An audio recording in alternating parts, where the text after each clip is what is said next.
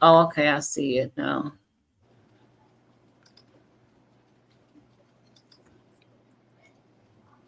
Okay, let me go back to StreamYard.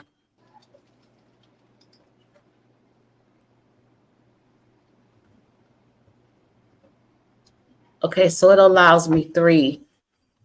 Is that it? Yeah, you'll have to upgrade if not.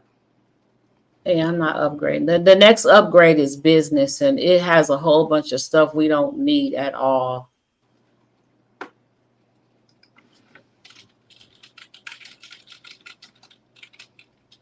I don't know how to hold on. I don't know how to tell if I'm live on YouTube. I'm on YouTube now, on my YouTube. It says one waiting. Let's discuss. Okay, hold on. I don't even know how to do this. Shit.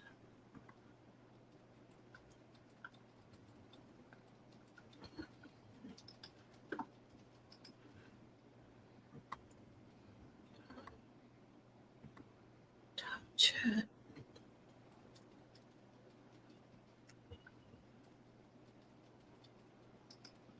It says one waiting. Do I need to do something on YouTube? No, it says 7 watching now. Oh, okay, okay. Let me go back on. Oh, I'm out. Okay, I'm on. Okay.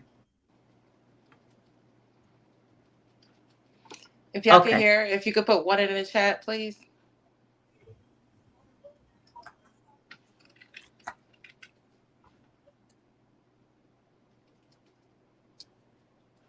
Oh, hey, Miss Susie. Thanks for coming in. I was trying to figure out what was going on, if we were actually live or not. Yeah, we were Okay, so live they can already. hear us.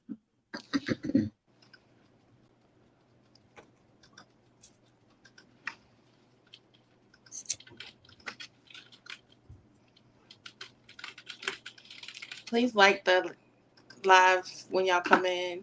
We appreciate it. Barbara. Some of these names I can't even pronounce. I'm sorry. Hey, I'm Oba Diva, Shike St. Louis. Thank you all for being here. Michelle, hello. Barbara, we have another moderator in the room, which is Barbara. Thanks for being here, Barbara, and helping out. Okay, let me know when you're ready, though, boss chick. Just give me a cue. Go ahead. Yeah, go ahead. Mm-hmm. Okay, so thank you all for being here. Welcome back to the Chemisphere. I know everybody has seen the situation with Trump and the attempted assassination. So this is not going to really be about Trump and Biden, but we just kind of want to know what y'all thought about the security. What went wrong? How was that boy able to get a ladder and an assault rifle that close to the stage and climb up on the roof in broad daylight without being seen, or did somebody see him? Now we know we saw witnesses on camera that said that they saw him, and they were telling the police officer that they saw him. Now, according to the article I read, the sharpshooter said that he radioed in for permission to shoot the boy, but he was never granted permission, so he didn't shoot. Once the boy shot at Trump, that's when the sharpshooter shot him, and that just sounds a little crazy to me. So, any comments or questions? And Boss Chick, do I need to add you up here, Boss Chick? No, I'm up here. Yes, Barbara, we heard. We've already been discussing it. That's another story in itself. Yeah, it is. It is. It is. It is. I think this, year has been really crazy. What's going on in the world with, this attempted assassination on Donald Trump.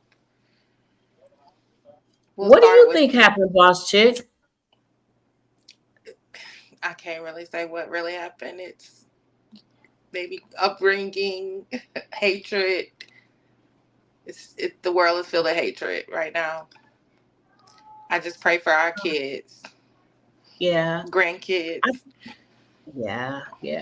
I think what happened with security, honest to God, I think that either security was a little too laid back or he has some inside help. And I'm not going to believe, I find it very hard to believe that this boy walked in there with all that security, Secret Service, police, military, whatever was there, with an assault rifle and a ladder and got up on that roof in broad daylight, like what, like about 150 feet away from Trump and Mioba Diva. Yes, I believe it was. I believe it was possibly an inside job. I really, really do.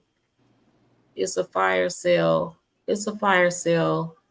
The tables have turned now, and Biden has pulled out of the race. Oh well, he should have because he can't think straight. I mean, he's losing his senses. So, but he didn't have anything to do with the assassination. I know that. I don't believe that at all. Nor do I believe it was staged or that Trump had anything to do with it. That was just the dumbest thing I heard. You said it, Kim. It was a staged attack. I said I don't think it was staged. But I believe it was an inside job. I believe either security wasn't paying attention, which I doubt, and I or don't he think had it, so. or We have to or watch no. some of these videos so that we can make our opinion. We'll start off though with Donald Trump, how he became who he is and how people got to know him, and then we'll make Okay. some opinions on what took place. Okay. If you guys could like and share the live, I would appreciate it. Video about Donald Trump's time as president. There are hundreds of those. Over the years, I've surprised a lot of people. The biggest surprise is yet to come. This is the story of how Donald became Trump.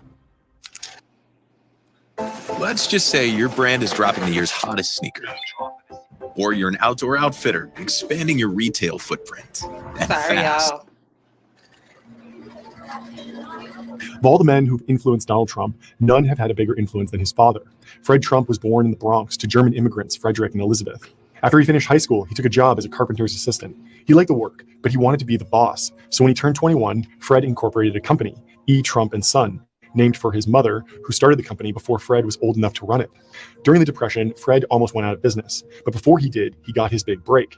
Fred built one of New York City's first modern self-serve supermarkets and sold it for a profit. He and his business partner used the profits to buy a subsidiary of a bankrupt real estate company for pennies on the dollar. That subsidiary gave them easy access to a bunch of properties that were nearing foreclosure. Fred bought them low, sold them high, and made enough money to turn E. Trump and Son into one of New York's biggest real estate companies. He passed his success on to his children. Donald and his siblings grew up in a house that had 23 rooms, and the family chauffeur drove them to school every morning. Fred also passed on his ruthless streak. Throughout Donald's childhood, his father always gave him. He started off in a house with 23 rooms. What? Wow. That's spoiled. The same Yeah, I advice. told you he Work hard. reminds me of a kid. A lot of us had maybe 1 bedroom, 2-bedroom homes. Well, yeah, it was me. Let me see. It was me, my mom, my dad, my 3 brothers. We had 2 bedrooms. I had my own room because I was the only girl. And my brothers had a room where my mom kept all her stuff in that room, but they slept in a room. And my parents slept in the living room until we moved to a bigger house. And we lived in that house all our life.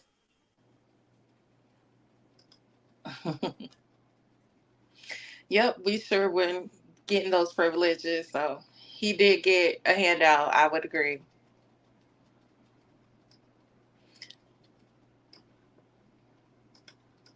Don't be weak, be a killer. Donald took it to heart. He bullied his classmates. He even bullied his younger brother. One day, he threw an eraser at his teacher. Fred immediately took action and sent Donald to a military boarding school upstate. It was a tough, competitive environment, but surprisingly for a rich kid, Donald thrived. He excelled at several sports and was named captain his senior year. In the yearbook, he was named Ladies' Man. Years later, Donald would credit his time at boarding school with teaching him the discipline he needed to succeed in business and politics. But he knew that discipline by itself wasn't enough. So he went to college, 2 years at Fordham University before a transfer to the University of Pennsylvania's business school. After graduating in 1968, Donald Trump joined his father's company. The first few years weren't glamorous. Donald and Fred had to roll up their sleeves and turn around some housing projects which were losing money. For Donald, it was an early lesson. Just because he'd been given lots of advantages, he still needed to work for his success. After a 3-year apprenticeship, Donald became president of the company. The torch had been passed from father to son. One of his first moves was to rebrand. Trump and Sons sounded stale and old-fashioned. A modern real estate business led by a dynamic young entrepreneur needed a glamorous name, so Trump rebranded it to the Trump Organization. It was an early step in the evolution from Donald to Trump.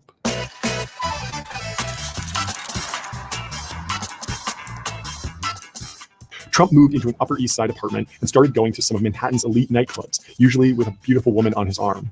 It didn't look like it to most people, but Trump was working. He was marketing his most important commodity, himself. It was right around this time that he made his debut in another high-profile local institution, the New York Times. The Times embodied the elite establishment that, decades later, Trump would build a political career upon opposing. But in the early 1970s, he was anxious for their attention and approval. The first time the New York Times mentioned Donald Trump, it wasn't for a good reason.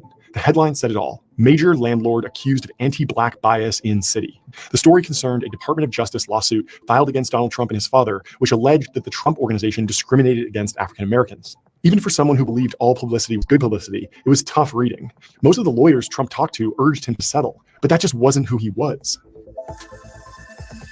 Trump met Roy. How do y'all think about that? I've heard a lot of first headline. conversations about what caught my attention was something about him discriminating against blacks. I've heard people say Donald Trump doesn't like blacks and he talks shit about blacks during his election, and I never heard it personally, nor have I ever seen. To me, I've never seen where he hated blacks or talked against blacks, but I could have missed it because I don't necessarily follow politics like that. I just really like the debates. Some people said they're not surprised, they believe it. But why do you believe it? Have you heard or seen him do anything against blacks? If y'all like to come up and speak, the link is in the bio. Link in the chat. When was he convicted? Was he convicted or just he went to court? I don't think they convicted him yet. I think how did that go? Because he's still going through it right now. Yeah, You definitely missed the Central Park 6. He had something to say about the Central Park 6?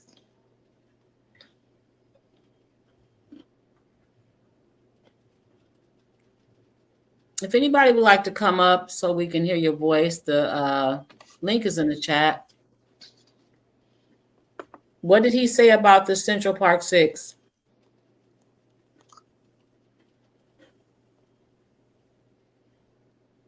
I thought it was 5. I think it was 6. I don't remember, but I think it was. He 6. was found guilty on 31 accounts. But they said, Hillary Clinton, emails was leaked too. So it's a lot of corruption.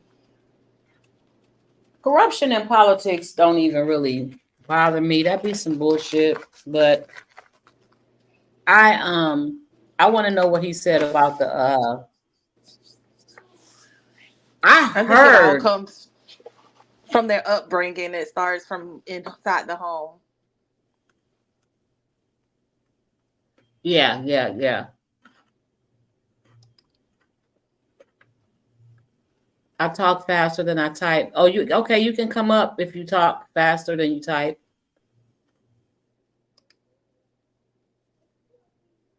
Yeah, but what did it say, Love C? I know he wrote a couple books. Let's see what it say. Roy Cohn at a swanky Manhattan nightclub in the early 1970s. Trump was complaining to anyone who'd listen that he couldn't find a lawyer who believed he could win the discrimination lawsuit. Cohn offered his services. He filed a $100 million countersuit against the Department of Justice. Although it was unsuccessful, the final settlement ultimately allowed the Trump Organization to get away without admitting any wrongdoing. It was a win for Trump, and a lesson he'd carry with him for the rest of his life. Never admit your mistakes. Roy Cohn was Donald Trump's lawyer for 15 years. This is a picture of Donald and me in which he says, Roy is my greatest friend. Trump soon set his sights on something that could make his career. The old Penn Central Railroad had gone broke a few years earlier and left behind 3 prime real estate assets, the Commodore Hotel and 2 rail yards on New York's west side. The rail yards were the largest undeveloped tracts of land left in Manhattan. If Trump could get his hands on those assets, he'd prove to everyone, including his father, that he could succeed as a developer in his own right. He knew that if he played his cards right, he had a chance. He wined and dined the development agency's lead official. He held press conferences where he outlined his vision for the site. And thanks to his father's political connections, he met face to face with the mayor. After pulling strings for weeks, Trump got what he wanted, the right to develop the sites. Trump turned the Commodore. One thing about him, he's about his wins. He's never given up. Yeah. He's persistent and determined for sure. He really, really is. He ran a 4-page article. Can somebody tell me what he said about the 6 boys?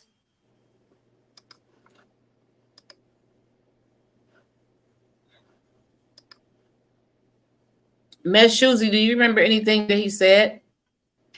Love C.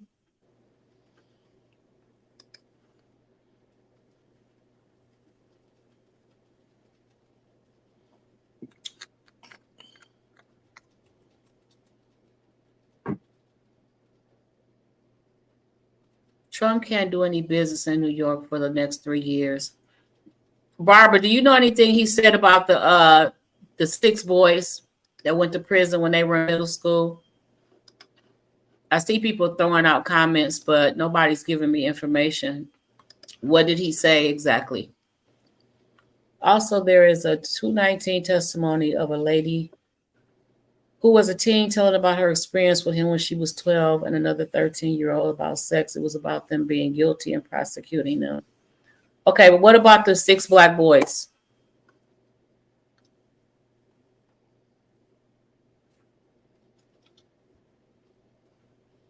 Okay, come on, boss chick. We can finish. Trump's politics were shaped by his fear of weakness and by the zero-sum environment of Manhattan real estate. We're going to have a war through weakness because this country is acting so weak toward Iran. It's pathetic. In real estate, at least the kind of real estate that excited Trump, there was no such thing as a permanent ally or a win-win situation. Everything was temporary and transactional. Foreign affairs worked differently. After the success of the art of the deal and the positive reaction from some quarters to his political statements, Trump realized the public wanted to hear what he had to say, even about issues outside his wheelhouse. You have said that if you ran for president, you'd win. I think I'd have a very good chance. I mean, I like to win. When I do something, I like to win. I like to do well, and I think I probably would have a pretty good chance. Trump enjoyed moonlighting as a political commentator, but events would soon drag him back to his core business. A pair of Forbes journalists were sent a leaked copy of a financial disclosure statement that Trump had to file with New Jersey's Casino Control Commission. The report revealed something which no amount of bluffing could hide. Donald Trump was drowning in debt. He fought hard to keep the story from being published, but it went to print with just one last-minute edit. His net worth was bumped up from 0 to $500 million. By now, being seen as rich and successful was an important part of Trump's business strategy. So the accusation that he wasn't actually as rich as he claimed to be was a big blow, especially when it was made by a media that was itching to bring him down a peg. There's no reason to expose yourself to millions of people. You know why you do it? Why? You love the publicity. Oh, I hate the publicity. Oh, come on, get no, out of I'm here. telling you, I hate the Oh, publicity. please. The revelation that Trump and his businesses were struggling financially marked the end of peak Trump and the beginning of the hardest period of his entire career. If the 1980s were the boom, then the 1990s were the crash. So what happened? Welcome to menopause. What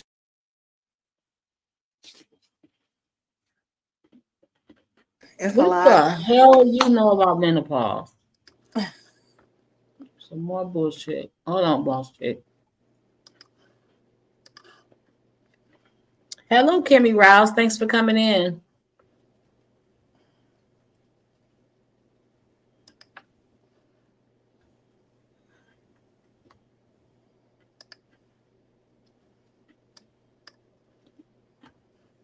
No, I saw the conviction overturned and they were found innocent. You're talking about the boys, yes, but somebody said he wrote an article about them and said something bad about them. He said the young men should get the death penalty.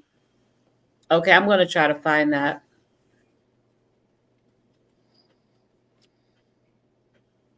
I mean, I believe it. I don't put it past him at all. I just never heard it.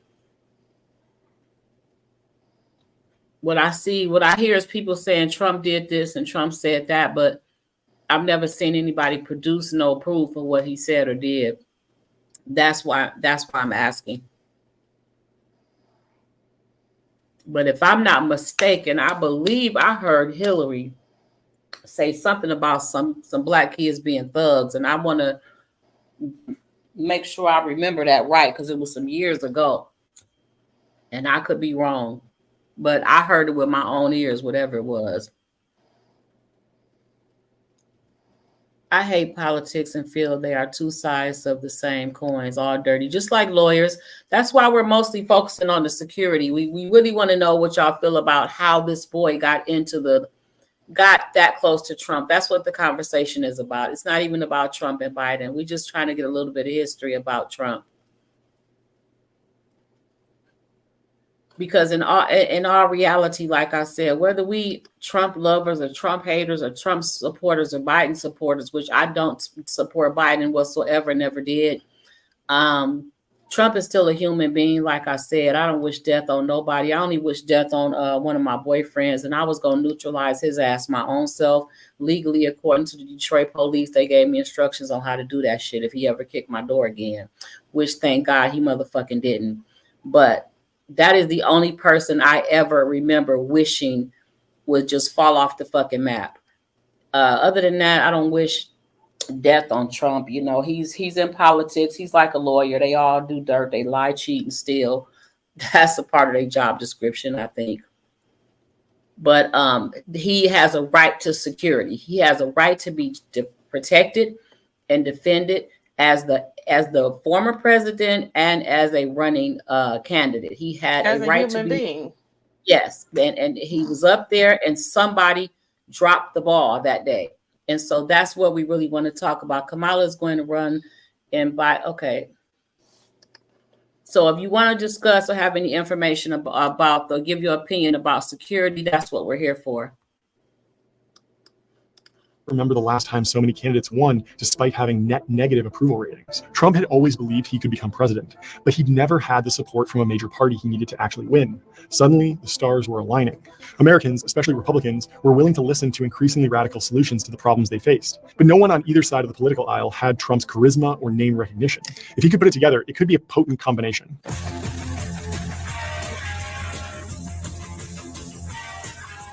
On June 16, 2015, Donald Trump descended down an escalator at Trump Tower with his wife Melania by his side and Neil Young's Rockin' in the Free World playing and Change the World. Ladies and gentlemen, I am officially running for President of the United States, and we are going to make our country great again. He opened his speech by lamenting that the United States didn't have victories anymore. The country had become a dumping ground for everyone's problems. Billions of dollars had been spent on overseas wars with nothing to show for it except dead and maimed soldiers. The economy was weak and being made weaker by Obamacare and trade deals that were offshoring jobs to places like China and Mexico. And Republicans weren't serious about tackling the problems facing the nation. Trump's candidacy was a comeback narrative. He engineered one of the most famous comebacks in history. He could do the same for his country. The mainstream media, which had never really taken him seriously, treated Trump's speech largely as a joke. I will personally write you a campaign check now. Does anybody seriously think that Donald Trump is serious about running for president? But his campaign wasn't a joke. In fact, Trump had been planning it for months. He'd hired a staff and kept guys like Stone and Bannon close. Contrary to the public perception of Trump as scattered, they maintained a laser-like focus on issues where they knew that Trump's views resonated with voters, like trade and immigration. A few months before Trump went down the escalator, his advisors suggested that he start talking about a physical wall on the US border with Mexico. They actually intended it mostly as a metaphor that would remind him to talk about immigration. But Trump took it literally, and his instincts were correct. The wall became one of the most enduring images of his entire presidential campaign, and it ensured that Trump was always taken seriously on immigration. The mainstream media might have treated Trump as a joke, but Republican leaders didn't. Trump was their worst nightmare. Remember, they wanted to extend an olive branch to minority voters. Meanwhile, Trump was on stage talking about how Mexican immigrants were rapists. But establishment Republicans would soon learn that they couldn't do anything to stop him. The 2016 Republican primaries became the Trump show. You've called women you don't like fat pigs, dogs, slobs, and disgusting animals. Your Twitter account... Only Rosie O'Donnell. He turned politics into must-watch TV, and voters loved it. He hit my hands. Nobody has ever hit my hands. I've never heard of this one. Look at those hands. Are they small hands? And he referred to my hands. If they're small, something else must be small. I guarantee you there's no problem. I guarantee you. Trump quickly rose to the top of the polls. In private, he didn't think he'd stay there, but his campaign just kept gathering momentum, and events overseas ensured it would stay that way.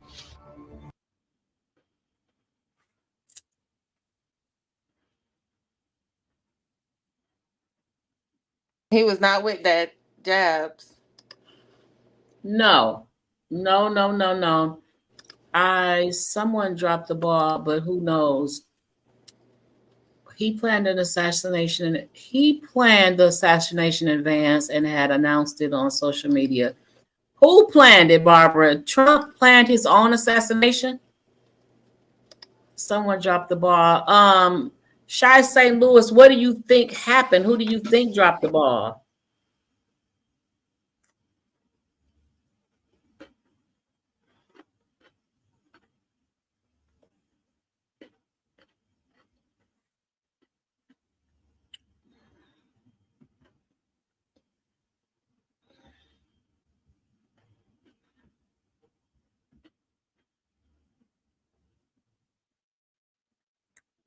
Trump has had multiple bankruptcies and failed business ventures.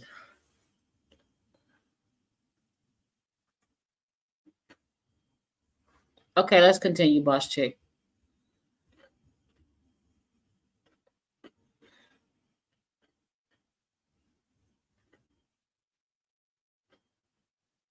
Boss Chick, you still here?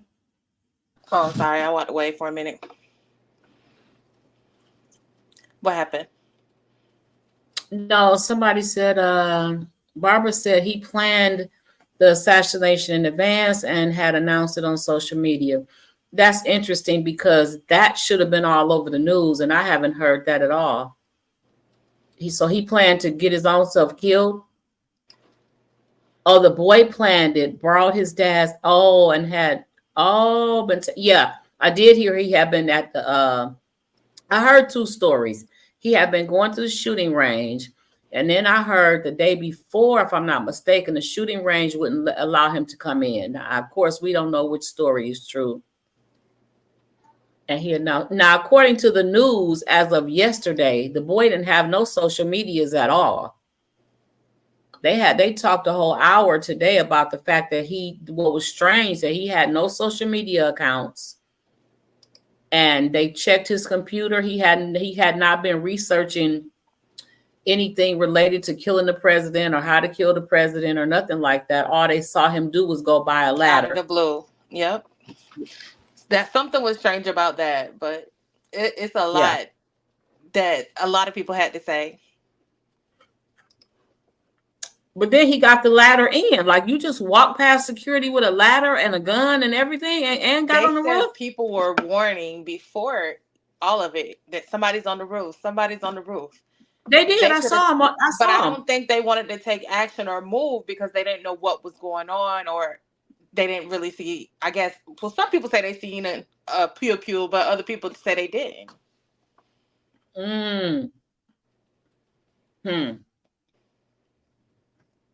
Oh God.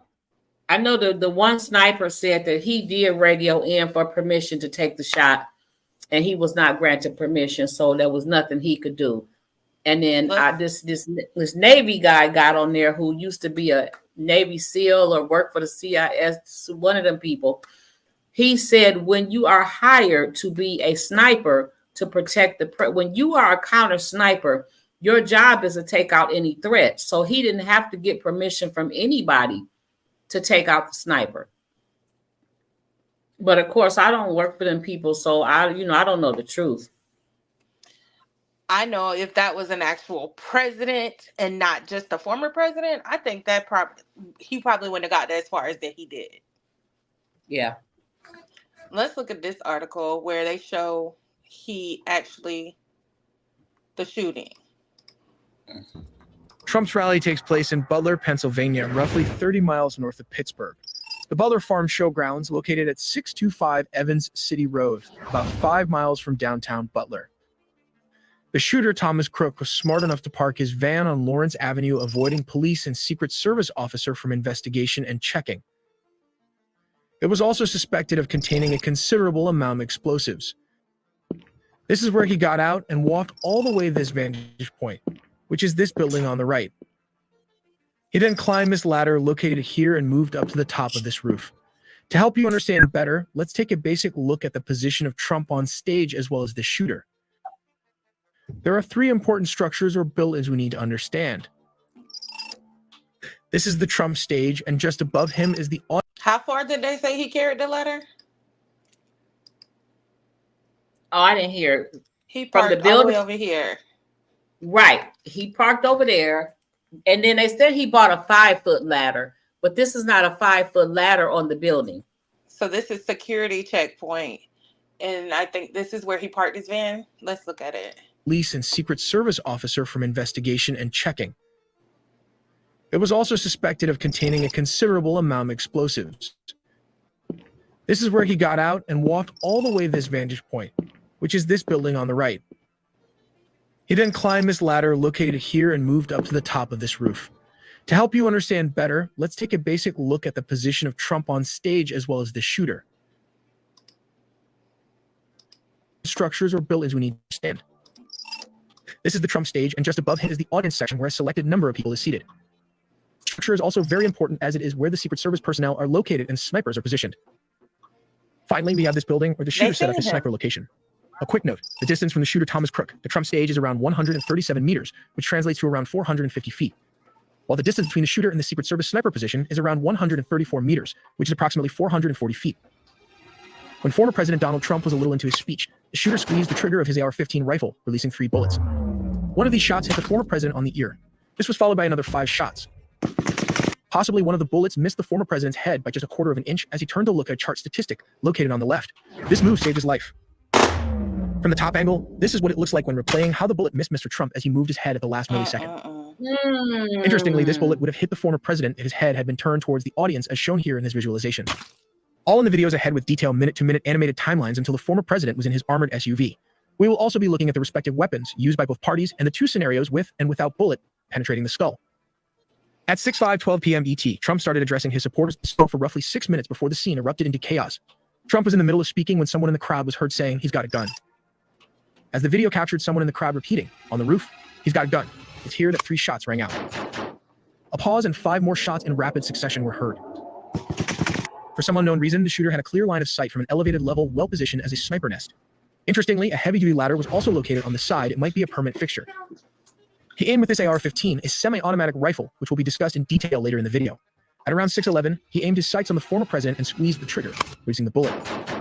At 6:11:34, Trump touched the right side of his face. So what I don't understand, if he was aiming at the president, how he got the people on the bleachers. How somebody in the bleachers end up getting shot. Because I think once that first shot didn't hit the president, the boy probably freaked out and moved his gun. And that's how the other people got shot. What was it, 3 shots? I only heard 3 shots. It was the other people said they heard 5. Oh, I don't know about the shots, but we'll see it. I think it displays it here. But there was 1 person that passed away. Right. And 2 people that was injured. And the bullet that missed Trump could have hit somebody behind Trump. I don't even know where that person was sitting that got shot or the one that got unalived. So the firefighter, Corey Commodore, was the one who was on the live. David Dutch, 57-year-old retired Marine veteran. He was shot and critically hurt. And then James Copenhaver, 74 years old, was also hurt. Yeah, but where were they sitting at? Were they behind Trump? That's what it looked like when I seen another angle, another view. Okay, you know what, Barbara? You right. The people said that they saw him bear climbing. Did they say he bear crawled over there, or bear climbed up the building? I can't remember. So maybe once the ladder was too short, he crawled up there? Probably. But yeah, I'm sure the people that got shot was probably sitting behind Trump because his target was Trump. You're right. But I heard 3 shots. Like I said, I heard people say they heard 5. But in the middle of that chaos, you probably can't tell how many more. We'll see. I think they count the numbers. They're doing a reenactment of like every second that took place before they got the shooter on the ground or down. Okay. At 6:11:35, Trump took cover as U.S. Secret Service agents rushed to the podium to surround him. "Get down, get down, get down," one of them said. As stated, the gunman was positioned outside the rally venue, approximately 400 to 500 feet away from where Trump was speaking. As discussed, the police sniper was located at this position. They were then alerted and started aiming at the suspected shooter. When ready, the bolt-action rifle bullet traveled a range of 500 feet. However, this weapon can inflict damage at a range of around 1,200 to 1,300 yards. This is well beyond the shooter 500 feet limit. We will discuss this weapon in more detail later in the video. At this moment, Trump remains low to the ground surrounded by agents, who can be heard on the rally microphone discussing which vehicle will be used to move the former president away from the scene. Seconds later, multiple agents say, "Shooters down." Law enforcement in tactical gear and rifles are now on the stage. A woman's screams are heard following the sound of another shot. Here's a transcript of the audio at the podium with Trump and Secret Service members. 6:11:41 p.m. Female agent, "What are we doing? What are we doing? Where are we going?" Man indistinctly yelling. 6:11:50. Gunshot, then woman screams. 6:11:58. Male agent 2. "Go around to the spare. Go around to the spare." Spare refers to a spare limousine or SUV.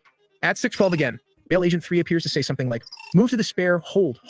When you're ready, on you." At 6:12:01, male agent 2 screams, "Ready." 6:12:02, male agent 3 shouts again, "Move." 6:12:03, male agent 2 screams, "Up." 6:12:03, male agent 3 says, "Move." 6:12:04, male agent 4. He shouts again, "Go, go, go." 6:12:06, male agent 2, "Hawkeye's here." Hawkeye is the code name for the counter-assault team. 6:12:06 again. Female agent 1, "Hawkeye's here, moving to the spare." 6:12:09, male agent 4, "Spare, get ready. Spare, get ready." 6:12:10, male agent 2 says, "You ready?" 6:12:16 to 21, agents, "Shooters down. Shooters down. Are we good to move?" 6:12:21, male agent, "Shooters down. We're good to move." 6:12:22, female agent, "Are we clear?" 6:12:23, agents, "We're clear.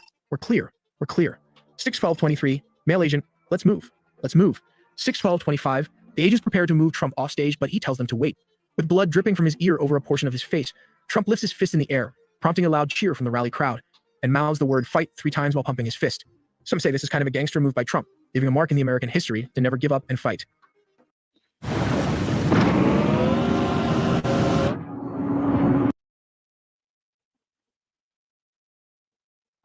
How many shots was that?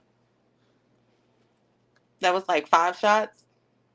So I'm thinking it must have been the sniper. The sniper and then the counter snipers. And that was a gangster move. For you to be done just got shot in the middle of chaos, you want to fist pump 3 times. Hell yeah, that's gangster. Because I would have been gone. That ain't that. I would have been crawling on the ground. Right. Even them people sitting there like, girl, please. I'm telling you, I ain't nobody. That couldn't be our kind of people, because our kind of people would have scattered like they said, like the roaches when you turn them lights on. Girl, we don't even got to know why that first we would have been gone. We wouldn't even heard the rest of the shots. What the please? We they not like us. I'm telling you, girl. They not like us. They not. Girl. Barbara, you see this madness? Look at what the snipers are using. This is a bolt-action sniper rifle used by the U.S. Navy SEALs and other special operations units. The rifle is based on the Remington 700 long action and fires 300 Winchester Magnum rounds. The MK13 rifle has an official effective range of 1,200 yards, though is capable of making longer shots. Here is the enhanced day optic that provides a greater magnification range and an improved sight. The MK13 weighs around 11.4 pounds, which translates to around 5.17 kilograms, making it relatively manageable for its size. Its overall length spans 1207 millimeter, that is roughly around 47.5 inches, providing substantial reach. The barrel, a critical component for accuracy and range, measures 673 millimeter, which translates to around 26.5 inches in length. This design ensures precision and stability. Additionally, the rifle is equipped with a feed system that utilizes a 5-round magazine, allowing for multiple uses before needing to reload. Let's take a look at this controversial AR-15 semi-automatic weapon, meaning a user can fire multiple shots in quick succession. The AR and AR-15 stands for Armalite rifle, not to be confused with its cousin, the M16, which has been used by the US military since Vietnam. This is a fully automatic machine gun, while the AR-15 are semi-automatic. They fire high-velocity bullets that travel at triple the speed of a handgun round, are accurate over long distances. This rifle has a mass of 6.55 pounds, which translates to around 2.97 kilograms. It measures 39 inches, which is approximately 991 millimeters in length, with a barrel length of 20 inches. This is 508 millimeters. The rifle uses a 223 Remington cartridge and has an effective firing range of 500 yards or 457 meters. Additionally, the rifle is equipped with a feed system that utilizes a 20-round magazine, allowing for multiple uses before needing to reload. As discussed, let's slow down the bullet and watch the devastating effect from this AR-15 in slow motion. This is the first bullet that flew towards the former president, scraping his ear while he was turning to look at the graph. Below is the visualization of what would have happened if Donald Trump had not moved his head. The bullet would have hit the right part of his brain. It would have passed through, shattering the skull and destroying the soft tissues. The damage would have been catastrophic and likely fatal, but a miracle happened at the last second, thus saving the Donald Trump by a hairline. Finally, at 6:14, the former president ushered to the spare vehicle. As stated, a spare magazine. He takes him to the nearest Butler Memorial Hospital, miles away from Secret Services operations. We make original 4K 3D animation with a small team of animators. That was nothing but a miracle. Yes. Now let me tell you. Hello, Harold Fett. Thanks for coming in. You know what? That was a miracle because can't nobody save your life but God. And I'm telling you, that bullet was right at his head. People said it was the wind and it was this and it was that. No, that man turned his head right right on time for that bullet to just nick his ear. Otherwise, he probably would not be here. That wasn't nothing but God. So God kept him here for a reason. That's what I got to say. God kept him here for a reason. He planned the assassination in advance and had announced it on social media. Okay. Yes, Harold Fat, God protects. And we might not know why. As much as people hate Trump, we might not know why. God protected him. He might have turned over a new leaf. We don't know. But I know for a fact, God stepped in. That was definitely a divine intervention right there. Yes, he did. And it was reported in the news here. Okay, yeah, I didn't see that, Barbara.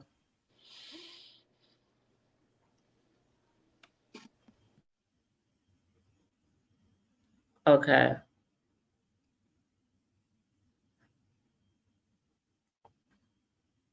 Yeah, I do remember hearing people say he was bear climbing or bear crawling or something like that. Now, let's talk about that. For the people that don't like Trump or not Trump supporters on here, well, not being a Trump supporter and absolutely hating Trump is two different things. So we got some Trump haters on here or anybody. How do you feel about the fact that he's supposedly such an evil, wicked person, but God spared his life? Can we hear about that? Anybody want to come up? The link is in the chat. Let me see here. I haven't seen Nicole in a couple of lives. Has Nicole been over here on here, Boss Chick? I haven't seen her. In the last couple lives? Mm-mm. Okay. Okay, let's go ahead. Apparently nobody has a comment, so let's go ahead and finish.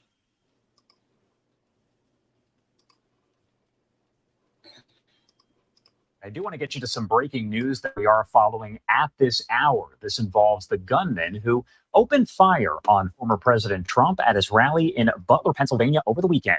Fox News now reporting that the parents of Thomas Matthew Crooks had called police on the day of the attempted assassination.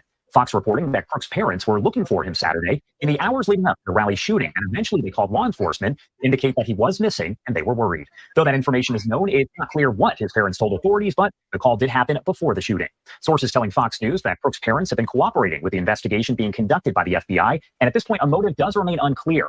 We know that former President Trump was shot over the weekend while speaking on stage at a rally in Butler, Pennsylvania, and we actually did obtain this video a bit earlier on today that does show as people were kind of gathering around, because that is when the gunman was spotted on top of that building, and they're going to zoom in, so you're going to get a shot of him right there. We know that President Biden has ordered an independent investigation, including a probe into security, with the Secret Service coming under fire for its response. Congressional committees also launching an investigation saying it's alarming that the would-be assassin was able to open fire from a rooftop just 100. Do y'all see how these people peeping? What is it? They peeping. Like, I would have been hiding behind trees. What is he doing? I would have been ducking. Like, y'all look. Girl, look, these people is out in the open. Hold on. Let me see. Read this, Boss Chick. Let me find my glasses. I done started eating and everything. He probably spared him to remind us that hate and evil is still alive and continues to need to be resolved. Okay. I agree. That's possible. That's possible. Thank you. We all offend God in ways we don't understand. And for the haters, just remember that God always allows those leaders to be put in place his own will, good or bad leaders. Yep. Exactly. I agree. I mean, you can read that in the 147 Bible, yards from so I Trump. agree. Okay. And you can see right there, that is the shooting suspect on top of that 47 yards from Trump. The House Oversight Committee has scheduled a hearing next Monday with the Director of Secret Service. Kimberly Cheadle is set to testify about that response. Now, the FBI does continue to work to piece together exactly what happened and determine a motive. That is the video as all of this did play out on Saturday. And we were live on the air as you could hear some of the gunshots. And then you see Trump go to the ground. The Secret Service surrounds him and he is eventually carried off stage, but takes the time to lift up his fist. And you can see the blood that is actually pouring down his face at one point coming from his ear. And we do know, of course, that he was shot in the ear on Saturday. After conducting about 100 interviews, the FBI says it believes Crooks did act alone, adding that he did have bomb-making materials in the car that he drove to the rally. I don't know. I would have been in between the bleachers on the ground. I would have probably jumped over the back of the bleachers. I don't know what I would have did. First of all, I don't do crowds. I do not do crowds like that. I'm telling you, I can't do it. We got this store in Fresno that's always packed. It's like the store. And you have to wait for people to move. You know, people block each other's cars and you got to come out the store and wait on somebody to move their car to get out. I will park all the way across the street. I can't be blocked in like that.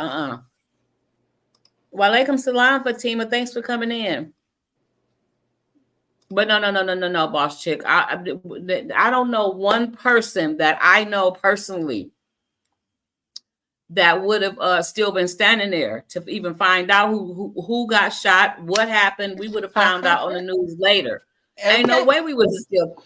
Girl, we would have been. I would have ran all the way home. Damn it, from Pennsylvania. What? Please. I would have ran past Ray, Leroy, Tyrone, Melissa, Shantaniqua, Lakeisha. I would have ran past everybody safely. No, never.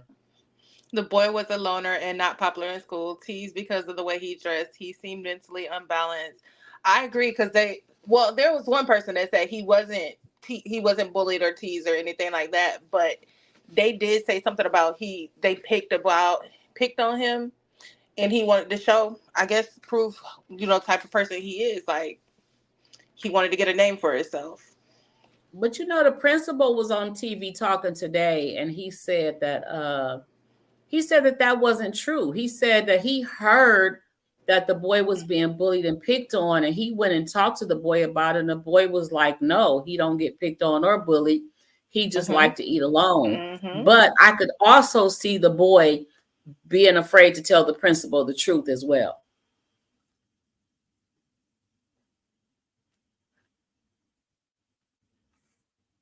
We got another one where Trump actually spoke the first time after the shooting.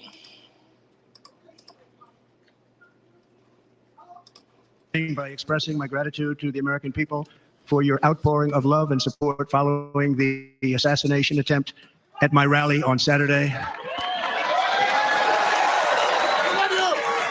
As you all know, the came within a quarter of an inch of taking my life. So many people have asked me, what happened? Tell us what happened, please. And therefore, I will tell you exactly what happened. And you'll never hear it from me a second time because it's actually too painful to tell. It was a warm, beautiful day in the early evening in Butler Township in the great Commonwealth of Pennsylvania. Music was loudly playing and the campaign was doing really well. I went to the stage and the crowd was cheering wildly. Everybody was happy. I began speaking very strongly, powerfully, and happily because I was discussing the great job my administration did on immigration at the southern border. We were very proud of it. How do I get cash without selling my home? It feels illegal to know this. Behind me and to the right was a large screen that was displaying a chart of border crossings under my leadership. The numbers were absolutely amazing. In order to see the chart, I started to, like this, turn to my right and was ready to begin a little bit further turn, which I'm very... That turn saved his life. Yep. Lucky I didn't do. When I heard a loud whizzing sound and felt something hit me really, really hard, on my right ear. I said to myself, wow, what was that? It can only be a bullet. And moved my right hand to my ear, brought it down. My hand was covered with blood, just absolutely blood all over the place. I immediately knew it was very serious, that we were under attack, and in one movement proceeded to drop to the ground. Bullets were continuing to fly as very brave Secret Service agents rushed to the stage, and they really did. They rushed to the stage.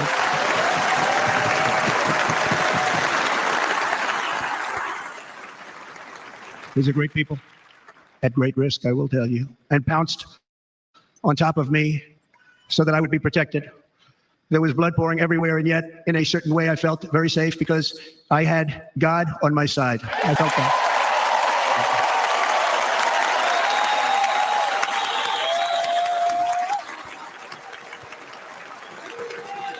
The amazing thing is that prior to the shot, if I had not moved my head at that very last instant, the assassin's bullet would have perfectly hit its mark, and I would not be here tonight. We would not be together. The most incredible aspect of what took place on that terrible evening in the fading sun was actually seen later. In almost all cases, as you probably know, and when even a single bullet is fired, just a single bullet, and we had many bullets that were being fired, crowds run for the exits or stampede, but not in this case. It's very unusual. This massive crowd of tens of thousands of people stood by and didn't move an inch. In fact, many of them bravely, but automatically stood up looking for where the sniper would be. They knew immediately it was a sniper, and then began pointing at him. You can see that if you look behind me. This whole group compared to what was in front. Nobody ran, and by not stampeding, many lives were saved. But that isn't the reason. Unless you've been in the driver's seat of a Genesis, odds are you haven't experienced true luxury. Visit That they didn't move. The reason is that they knew I was in serious trouble. They saw me go down. They saw the blood and thought, actually most did, that I was dead. They knew it was a shot to the head. They saw the blood. And there's an interesting statistic. The ears are the bloodiest part. If something happens with the ears, they bleed more than any other part of the body. For whatever reason, the doctors told me that. I said, why is there so much blood? He said, it's the ears. They bleed more. So we learned something, but they just, this beautiful crowd, they didn't want to leave me. They knew I was in trouble. They didn't want to leave me. And you can see that love written all over their faces. Incredible. Ain't that much love in the world. Unless you my mama, my daddy, my grandma.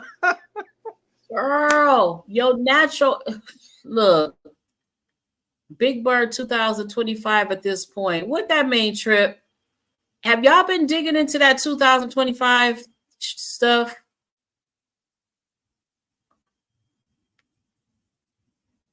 I haven't gotten into it yet. Wow, these kids will cover up the pain until it's too late. It's true. They will. They will. They will. They will. And it's just sad. You know what's that they sad have is to when get to that point. You know, even though he was an adult, he lived with his parents, from my understanding. Is that true? Yep. Okay, so like I said, to me, there's no way that you cannot notice that a person that you love or is close to you every day is not having a change in life. Like something's different about them. Something's not right. Y'all not taking these packages that he's ordering and stuff like right. Like nothing seems strange to you. He wasn't doing anything out of the ordinary, but he could have been one of them kids that was stayed in his room all day anyway, like all the other shooters are, these school shooters. People just act like they just never noticed nothing was wrong with their child.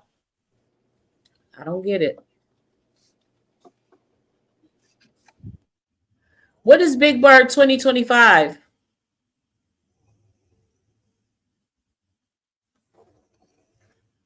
Boschik, have you read into that 2025 issue, whatever is going to be happening? I haven't, because I really don't want to know at this time. I need to deal with today, and I can't deal with 2025 right now.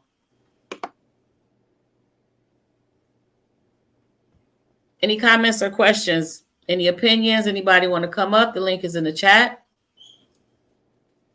I haven't seen Ebony either.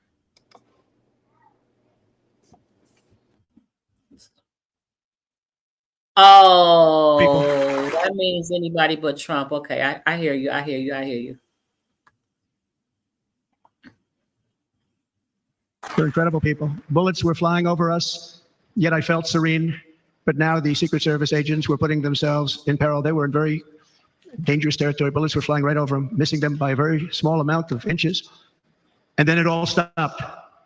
Our Secret Service sniper, from a much greater distance and with only one bullet used, took the assassin's life, took him out. I'm not supposed to be here tonight. Not supposed to be here.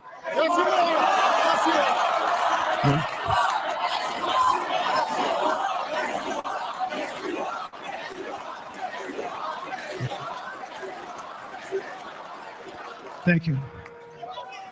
But I'm not. And I'll tell you, I stand before you in this arena only by the grace of Almighty God. Amen. I said so. Can't argue with that. In watching the reports over the last few days, many people say it was a providential moment. Probably was. When I rose surrounded by Secret Service, the crowd was confused because they thought I was dead. And there was great, great sorrow. I could see that on their faces as I looked out. They didn't know I was looking out. They thought it was over. But I could see it. I wanted to do something to let them know I was okay. I raised my right arm, looked at the thousands and thousands of people that were breathlessly waiting, and started shouting, "Fight, fight, fight."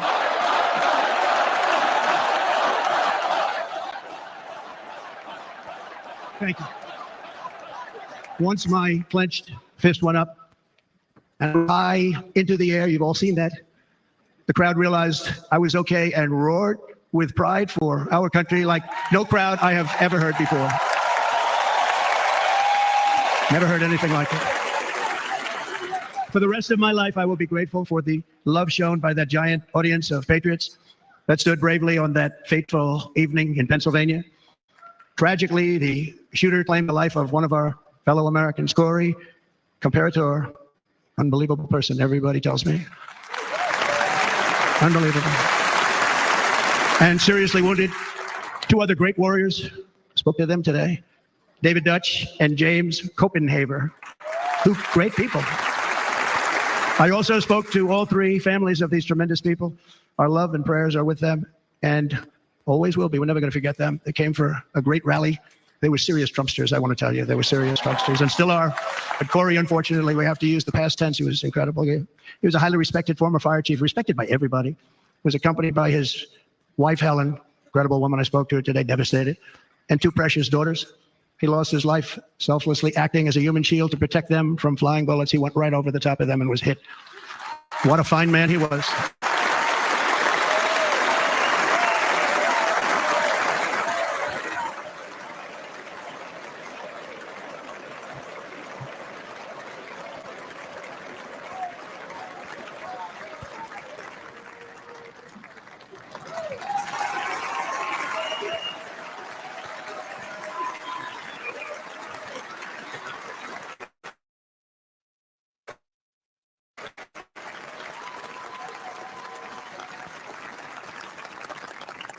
I want to thank the fire department and the family for sending his helmet, his outfit, and it was just something, and they're going to do something very special when they get it. But we did something which cannot match what happened, not even close. But I am very proud to say that over the past few days, we've raised $6.3 million for the families of David, James, and Corey, including from a friend of mine just called up. He sent me a check right here. I just got it. $1 million. From Dan Newland. Thank you, Dan. And again, when speaking to the family, I told them, I said, well, I'm going to be sending you a lot of money, but I can't compensate. They all said the same thing. You're right, sir. We appreciate so much what you're doing, but nothing can take the place in the case of Corey. And the other two, by the way, they were very, very seriously injured, but now they're doing very well. They're going to be okay. They're going to be doing very well. They're warriors. So now I ask that we observe a moment of silence in honor of our friend Corey.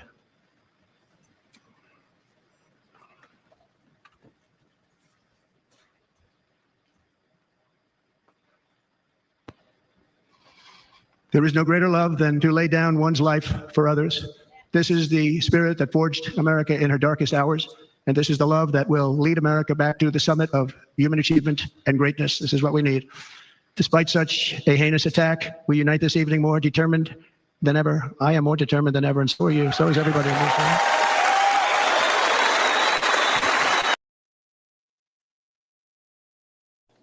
Amen. Amen. That's it. Woo! No, you're not. I agree, but not like that. The last time you said fight, your cult followers committed insurrection upon the Capitol building. We know what you meant by that. Yeah, well, that's true as well. I didn't pay much attention to that either until it was all over. But I don't know. I can't. I mean, after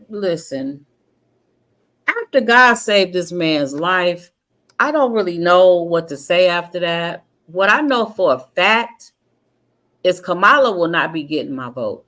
So we can take that. However, Kamala will not be getting my vote. I remember who she was before she came here. I remember when she wasn't Black.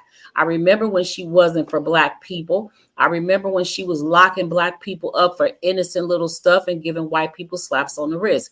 I will never forget that.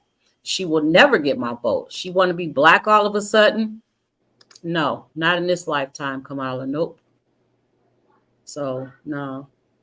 I feel, maybe Trump has some type of turnaround. God could have blessed his heart and could become a different person. He needs to go, but Kamala got a lot to answer to. She does have a lot to answer to. But for now, we got Kamala and we have Trump. You remember that, Barbara? Yeah, I remember that. She just all of a sudden turned Black when she was starting to run for this governmental bullshit.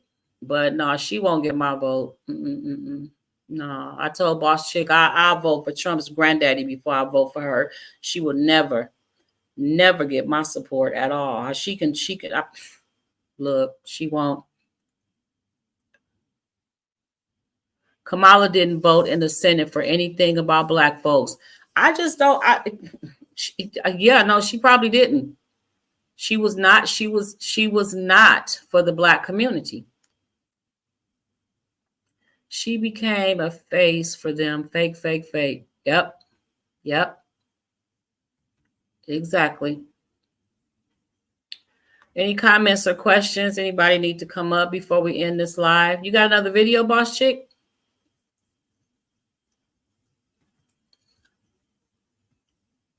All of the evidence has persuaded me that this was an inside job, and I know I'm not the only one who feels this way. It's astounding, Christo. I'll be honest with you. There is something a little bit fishy about the situation.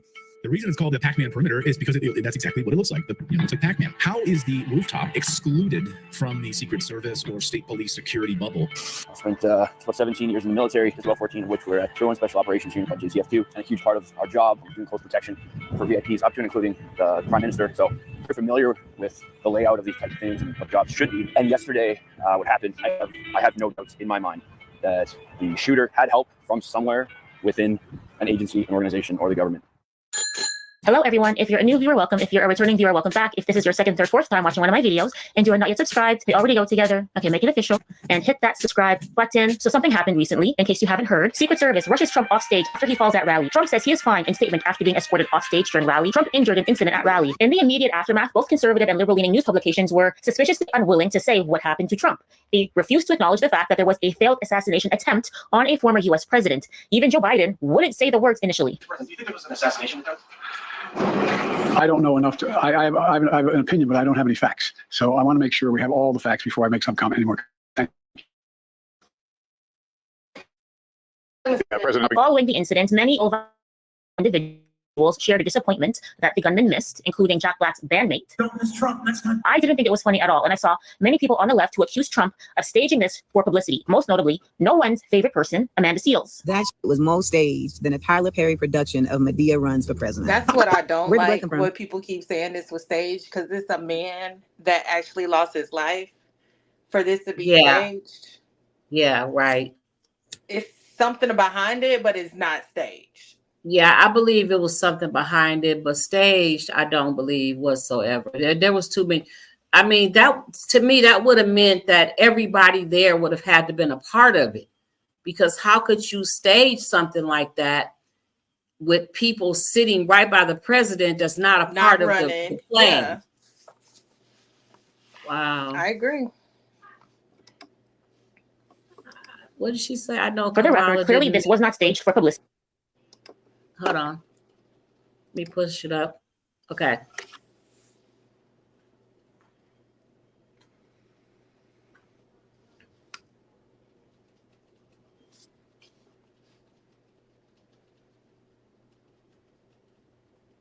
Boss chick? Oh, I thought you were still reading it. Sorry.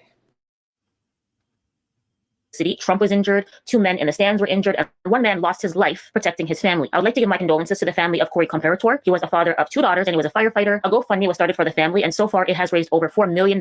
His life was real, his untimely death was real, and it's incredibly insensitive for people to claim that this was staged. You know, leftists are usually the ones who label anyone who entertains a conspiracy theory a right-wing nut job. So what does that make them? While I don't agree that this event was staged, I do agree that there's something off about it. The more information we get is the more questions I have. And so I want to go over all of the information we have so far. And at the end of the video, I have a very eerie clip to show you guys of a man who accurately predicted the shooting of Donald Trump 4 months ago. But first, I want to talk about the gunman, Thomas Matthew Crooks. As of the making of this video, the FBI says they have found no clear motive for why he attempted to kill President Trump. Crooks apparently had no social media presence despite being 20 years old, which in and of itself is suspicious. We've been told the only social media platform he used was Discord, and the FBI says they didn't find anything incriminating on his Discord account. Also, Discord has since deleted his account following the shooting. So there's that. The FBI has not found a manifesto explaining his motivations. Crooks had no criminal history, no reported history of mental illness, and no one has come forward with any useful information about why he would target former President Trump. One of his former classmates came forward and said that Crooks was often bullied for the clothes that he wore and for wearing a COVID mask. However, a guidance counselor from the high school who says he knew Crooks very well and his sister very well told the Washington Post that that isn't true. Jim Knapp, who worked at Bethel Park High School for 30 years, said he was Crooks' guidance counselor for the last 3 years at the school. He described his former student as quiet, intelligent, cooperative, and well-spoken. Knapp said he noticed that Crooks spent most of his time with a group of about 5 boys. During Crooks' sophomore year, he would often sit alone in the cafeteria. Knapp said he later learned that Crooks' schedule that year did not align with that of his closest friends. Knapp said he would check in on Crooks and ask if he could join him at the lunch table. In response, Knapp recalled, Crooks would say, "No, I'm okay, Mr. Knapp. I'll just sit here by myself." Then he would return to his phone to play games. The counselor described that behavior as normal for a high school student. Throughout the junior and senior year, he said, Crooks ate lunch with his friends. Knapp said he chose to talk publicly about his relationship to Crooks because of reports that the young man had been bullied at high school, allegations that the guidance counselor adamantly denies. "I know for a fact he wasn't bullied in school," Knapp said, "because if he were, I would have known about it." Crooks lived about an hour away from where the rally was held. He lived at home with both of his parents, who, ironically, are both registered social workers. I say ironically because they're supposed to be trained in identifying like psychological distress or a troubled. That's what you was talking about, Ms. Kim. And I agree with her. Like you're social workers. You should see some changes in your child. Are y'all not paying attention to them? Is he grown? You just like, okay, whatever, live your life in my house and I'm not gonna monitor you. I'm still gonna check your emails. I'm still gonna check your phone. I still got my son's bank account. I'm like, why you spent money today? I went in there. Why you spent money on Shein? Ain't you supposed to be saving money? Right? I'm gonna be in your business. 3,000 people lost their lives during 9/11. Alleged that was staged too. So that's an opinion that might want to be reevaluated, in my opinion. 3,000 people. People thought 9/11 was staged. I didn't think 9/11 was staged. I just think they flat out planned to drive the planes through the building, period. I don't like those people. Everybody's, oh, it's staged. It's a hoax. It's Y'all ain't gonna change my mind to make me think what y'all thinking. Barbara, you said a lady was wrong. What was she wrong about?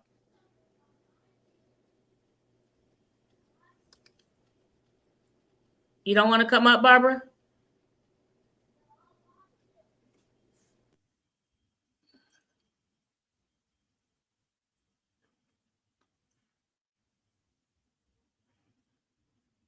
Yeah, 9/11, I think they just straight up planned that. It wasn't nothing staged about 9/11. They ran the planes into the building and that was it. About the social media. Where did you? Who said that he did have social media? Because every news article I saw said that they didn't find any social media of his, only the Discord.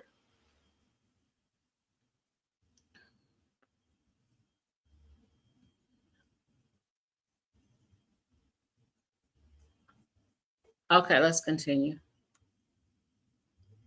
Individual, but they seem to have not noticed that their son was spending an increasing amount of time at the local shooting range where he had a membership, nor did they notice he was building explosives in his room. According to the FBI, when reviewing Crook's shipping history to the house, they discovered that over the last few months, Crooks had received several packages and some were marked as containing hazardous material. On the day of the shooting, they found an explosive device in his home. They found 2 explosive devices in his car, and in his pockets, they found a transmitter to detonate the bombs, presumably to detonate the bombs that were inside of his car, which was parked outside of the rally. One thing that they didn't find was ID. He had no ID in his pocket, no ID amongst his belongings. So you know what they did? According to reports, they ID'd him using DNA and facial recognition. Pardon? First of all, how do you accurately do facial recognition on a person after you shot them in the face? I can't show you the pictures, but they are on Twitter. Secondly, I thought you had to be in a criminal database for them to cross-reference your DNA. Crooks had no criminal record, so how did they already have his DNA to ID him? Maybe someone can explain that to me in the comment section, because I don't understand. Unless he previously voluntarily gave his DNA to the CODIS system, how did the FBI ID him using DNA? And how did they do it so quickly? We knew his identity after an hour or so. How, Sway? How, you know what else the FBI said they found amongst his belongings? They said they found a receipt for Home Depot, a receipt for a 5-foot ladder that he purchased from Home Depot. And they say that was the ladder that he used to climb the building and access the roof. I'm not a ladderologist, but how the f is that a 5-foot ladder? The math is not mathing. You're telling me that building is 5 feet tall? Who works in there, hobbits? Just to confirm, I'm not crazy. I went to the Home Depot website. I selected the one in Butler, Pennsylvania, and I filtered for a 5-foot ladder. A 5-foot ladder has 4 steps on it. When I filtered for a 10-foot ladder, I found this ladder, which was identical and has the same number of steps. So he did not use a 5-foot ladder. That's a fucking lie. Now you have to ask yourself, why would they lie about the fact that he bought a 5-foot ladder? And if they're willing to lie about something that is so fucking obvious, what else are they lying about? So you're telling me he transported a 10-foot ladder in a Hyundai Sonata and no one noticed? Like, is the car even 10 feet long? If you were to transport a 10-foot ladder in that car, you would have to have the trunk open. That's pretty noticeable. No one noticed that. And so he then parked his car outside of the rally, removed a 10-foot ladder, carried a 10-foot ladder all the way to that point and set it up, and no one noticed? According to news reports, this is not me saying this. This is Fox News and CNN. They said he bought the ladder the day of the rally. So you're telling me he carried a 10-foot ladder in broad daylight from his car all the way to that building and no one noticed? It's impossible. Unless he has access to an invisibility cloak, someone else helped him. Mind you, this building, the one he climbed on top of, was a law enforcement command center. And there were 3 counter snipers inside of the building while he was doing all of this. And none of them had been ordered to secure the roof. They all stayed inside of the building and they looked out the window towards the rally. And when the director of the Secret Service, a woman named Kimberly Cheadle, was asked why they didn't station any counter snipers on top of the roof, she said the reason was because it was too steep and she was concerned for their safety. Pardon? They were standing on it after they shot Crooks and they seemed fine. And what about these snipers who are stationed on a roof with a steeper slope? One officer that was inside that building says that he saw Crooks walking around on the ground, and at that time he was empty-handed. Crooks was checking out their roof and then he left. Crooks then returned to the building, sat down, and looked at his phone. At this time, one of the snipers that was inside the building noticed, and he took a picture of Crooks, but he did not confront him. Crooks then took out a rangefinder and began using it to choose a spot to shoot from. At this time, the same sniper who had just taken his photo saw Crooks using the rangefinder, and he radioed to a command post about Crooks' suspicious behavior, but still, no one confronted him. Crooks then left again and returned with a backpack. Secret Service snipers again alerted their command post about Crooks' actions, but still, they didn't confront him. Why? Why? This kid was as discreet as the lip filler in Kylie Jenner's lips. You can't miss it. The Secret Service literally watched him step by step prepare to assassinate the president, and they just sat there radioing each other and texting each other pictures like, hey, do you see that suspicious guy? Yeah, I see him. Okay, I'll keep an eye on him. Okay, yeah, me too. These guys were as useless as a 90-year-old security guard at a bank. You know he's not going to prevent a robbery. He's just going to be another witness. That's what these guys were, another witness. Several people at the rally saw Crooks climbing up the ladder onto the roof, and they notified law enforcement. We noticed the guy bear crawling up the roof of the building beside us, 50 feet away from us. He had a gun, right? He had a rifle. We could clearly see him with a rifle. The police are down there running around on the ground. We're like, hey, man, there's a guy on the roof with a rifle. And the police were like, oh, what? You know, like they didn't know what was going on. You know, we're like, hey, right here on the roof, we can see him from right here. We see him. You know, he's crawling. I'm thinking to myself, I'm like, why is Trump still speaking? Why have they not pulled him off the stage? I'm standing there pointing at him for, 2 or 3 minutes. Secret Service is looking at us from the top of the barn. I'm pointing at that roof. just standing there like this. Next thing you know, 5 shots rang out. This photo shows the building he used to get a vantage point of the rally. Crooks was approximately 130 meters away from the stage. There's also this photo, which shows him moving around on the roof. This photo was taken by a counter sniper at 5:45 p.m., 26 minutes before Crooks opened fire on the rally. Milk Bar TV put together a real-time compilation video. This video syncs together angles of the event from different people's perspectives, so you can see just how much time the Secret Service had to neutralize the threat, but they didn't. Take a look. That chart's a couple of months old, and if you want to really see something that said, take a look what happened.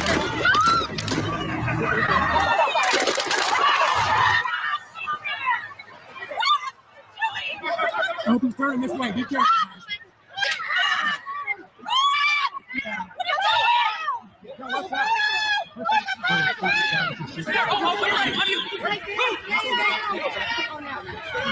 As you can see in the video, the snipers had their guns focused on Crooks, but they didn't shoot. So that was like 15 shots. Yeah.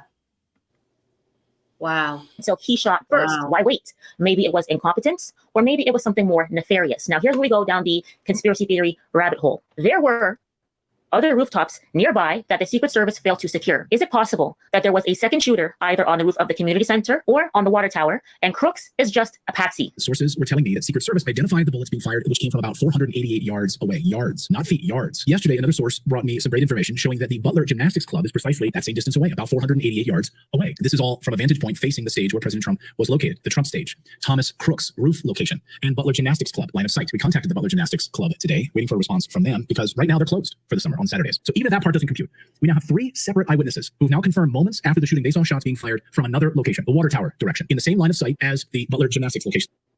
Why did no one tell Florida drivers about this new rule? If you are currently insured, drive less than 50.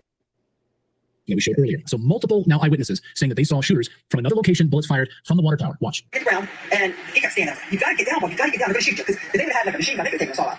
So then we laid there for a while. We saw different places where the gunshots were at. And then they got President Trump down, Secret Service did, and they took him out of there and got him off the stage. He was bleeding. And so then my son and daughter-in-law was back behind us, behind the fence. We was worried about them. We couldn't call them. And so we started trying to get after them, and when we finally got us out, and they had been right by the fence where they could shoot. There was one in the water tower. There was one fence. That shooter shot to the left. He killed a gentleman in the water tower here. Now, when I called my husband at home, who was watching TV, he said, I thought Trump hurt his ear when he went to the ground. He said, no, on TV they showed before Trump hit the ground, the ear was bleeding. But now they feel that there was 2 shooters on both sides. So they got the one on the tower on this side, but the one on the right side they never got. So that's why they wanted us to leave immediately, because they thought there's still a shooter out there somewhere. And maybe that's why they waited, because if they killed Crooks too early, then the real sniper wouldn't have a fall guy. This information, of course, has not been proven, but is certainly within the realm of possibility. And I believe it's worth investigating, especially with everything we know about all of the various alphabet agencies and questionable assassinations of other political figures, such as John F. Kennedy and Robert F. Kennedy. And speaking of questionable things, there is another clip that has many people asking questions. A woman at the rally was standing behind Trump and appears to have been bracing for something before any shots were fired, and she seemed quite unfazed. Watch this, dude. Watch. Watch. She sits down. Yep. Watch this. Puts the sign up. Take a look what happened. Shots go off. She's completely normal. And then watch. And then she's got her. What the fuck? What the fuck? People are freaking out. And she's filming. And she's just like right there. And there's this clip of a Secret Service agent talking on his headset while they are escorting Trump into a vehicle. The guy then points his gun at Trump for a moment, and then he puts it down. Another piece of information that has surfaced, which has caused suspicion about Crooks, was an appearance he made in a BlackRock commercial. If you're not familiar with who BlackRock is and what they do, this video will explain it. There's a good chance you've never heard of BlackRock. Founded in only 1988, in less than 30 years, this American financial firm would grow to become the company that owns the world, managing assets worth $6.3 trillion. And that's just the beginning. BlackRock has also developed a software platform called Aladdin to perform risk analysis for its clients. It receives sensitive data from banks, insurance companies, and other important institutions. Through Aladdin, BlackRock has insights about the management of financial assets worth another $20 trillion. BlackRock also has shares and voting rights in many of the biggest European companies in sectors such as energy, oil and gas, transportation, food, and of course, finance. Governments and central banks invite a BlackRock subsidiary called BlackRock Solutions to audit them and to provide advice about the management and rescue of banks. Yet at the same time, BlackRock is often a major shareholder in these same banks. In other words, the company often sits on both sides of the table. BlackRock Solutions gets privileged access to highly sensitive information that could be valuable to BlackRock itself. In January 2018, BlackRock's founder and chairman, Larry Fink, sent a letter to all of the CEOs of the companies BlackRock is invested in, asking them to do more than deliver financial performance and make a positive contribution to society. So BlackRock not only owns the world, it also wants to save it. The most damning piece of evidence that has come to light that indicates the elites knew about the plan to assassinate Trump can be found in the stock market. On July 12th, the day before the Trump rally, an investment company called Austin Private Wealth LLC bought 12 million put options of Trump Media and Technology Group Corp. This type of investment indicates they anticipated something would cause a drop in the value of DJT stock, something like the assassination of Trump. Since this information has come to light, When you go on the AustinPrivateWealth.com website, they have this notice. The SEC filing, which showed that Austin Private Wealth shorted a large number of shares of Trump Media and Technology Group Corp., was incorrect, and we immediately amended it as soon as we learned of the error. No client of APW holds or has ever held a put on DGT in the quantity initially reported. The correct holding amount was 12 contracts or 1,200 shares, not 12 million shares, as we filed in error. How convenient. It could just be a coincidence, but an astonishing coincidence it is. The FBI insists that Crooks was a lone shooter. They investigated his vehicle, they investigated his home, they took his laptop, they took his cell phone, and they have unlocked his cell phone, and they say they found no useful information. They are still analyzing his laptop, and I predict they'll once again tell us that they found no useful information. But I want to end this video with this very eerie clip. A video featuring a man named Brandon Biggs has resurfaced, and this video was uploaded to YouTube 4 months ago. And just listen to what he said. He said there's going to be a new wave of patriotism coming out, and that's whenever I saw Trump, and I saw a red wave coming out of Michigan, and it was being birthed, and it just kept spreading like fire all throughout America, all throughout. And I saw Trump rising up, and then I saw an attempt on his life. This bullet flew by his ear, and it came so close to his head that it busted his eardrum. And I saw he fell to his knees during this time frame, and he started worshiping the Lord. He got radically born again during this time frame. I'm talking, people say he's saved now, but he becomes really on fire for Jesus, for what I saw coming. I saw him winning the presidency through great, the Lord showed me it would go clear into the summer. Great persecution would come on him through the judges and through the law and all these people trying to sue him and all this stuff. But there would be a stop to it, and their things would start to break free come toward the fall. And then I saw him winning the election through the Patriots coming out and voting. And then there will be a great economy crash. I saw they had a great economy plan, a crash, worse than the Great Depression. Some people say it was luck that saved Trump's life, and some people say it was divine intervention. What do you guys think? Let me know in the comment section down below. That was predicted. Wow. That was 4 months ago? Mm-hmm. Dang. 4 months ago. I'm going to put the link in for everybody can go look at it.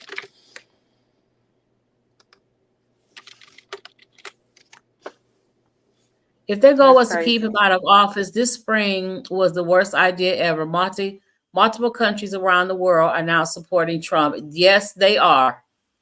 That is the truth. Yes, they are. What's this one, Boss Chick? I said the same thing. I have voted since I was 18, and this is the first year I just can't bring myself to do it. No one seems fit, but the Democrats disappointed me bad this time around. Yeah. They've been disappointing me for a few years. FBI raided his parents' house and seized his phones, etc. He said something big will be happening on the 13th, and he carried it out maliciously. Hold on, how you say that? Maliciously. Wow. Yeah, I didn't hear about that either.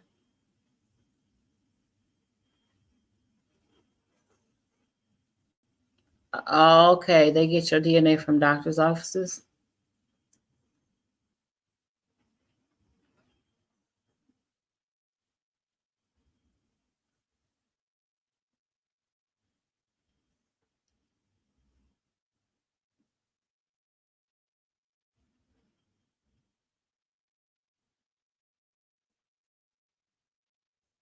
Yeah, no amount of money in the world can bring back that father to those two girls that lost him. Oh my God. Well, I don't know. It's a sad situation, I just believe that God stepped in. He stepped in for a reason. Maybe Trump has been born again. Praise his name. Hallelujah. That's the best thing we could hope for right now. And who knows? I mean, this could have completely changed Trump, and we might see that coming in the future. The more we see him and the more he speaks, we might recognize a change in him. And the best thing I can do for him is to think positive, because right now we have him or Kamala. So the best thing that could happen for us and Trump is that God changed his life.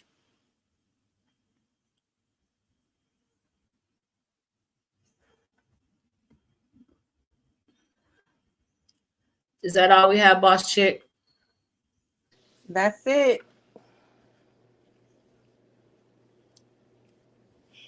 Anybody else have any comments, questions, suggestions?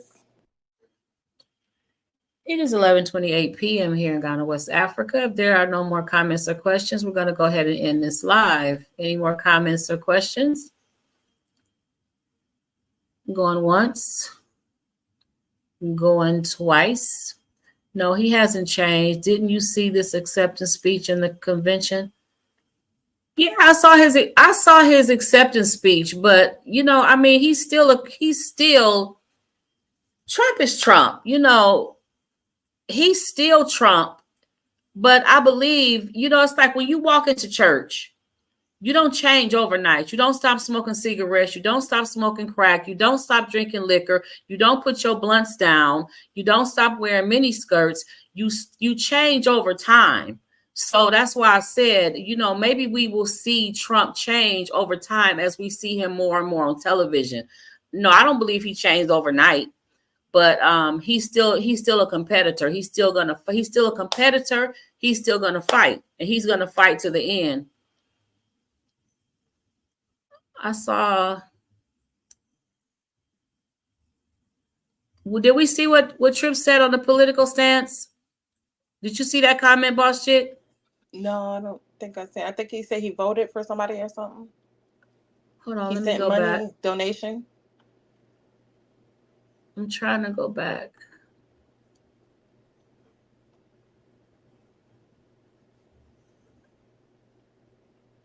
Hold on.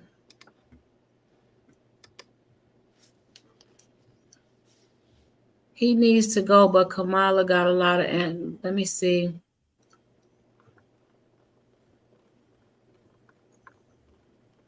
I don't see it, Tripp. Do you mean this comment?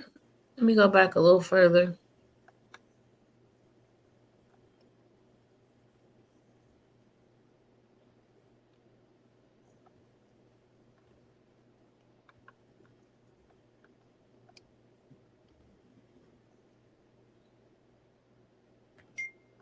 Now, he couldn't even change for that whole speech.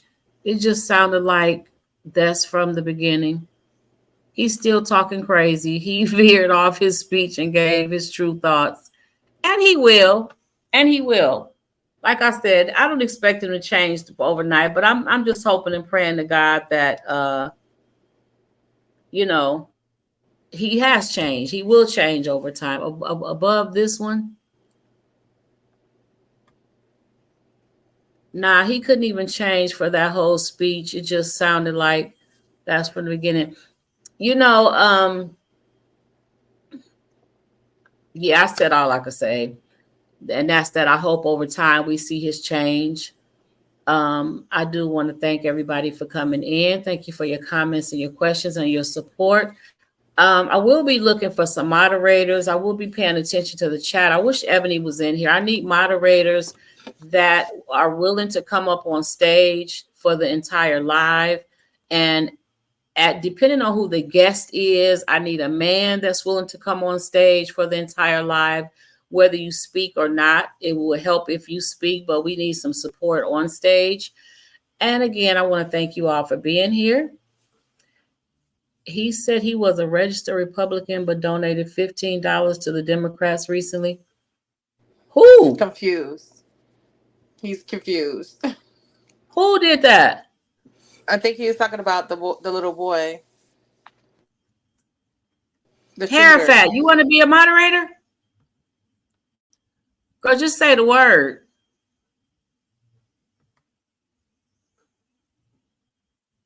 Is this Aaliyah or less?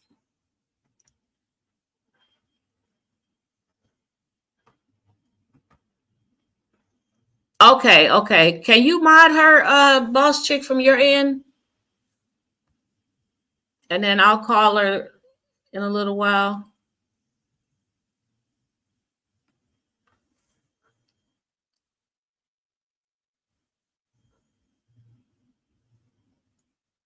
I don't see I can mod. Let me see. Put users.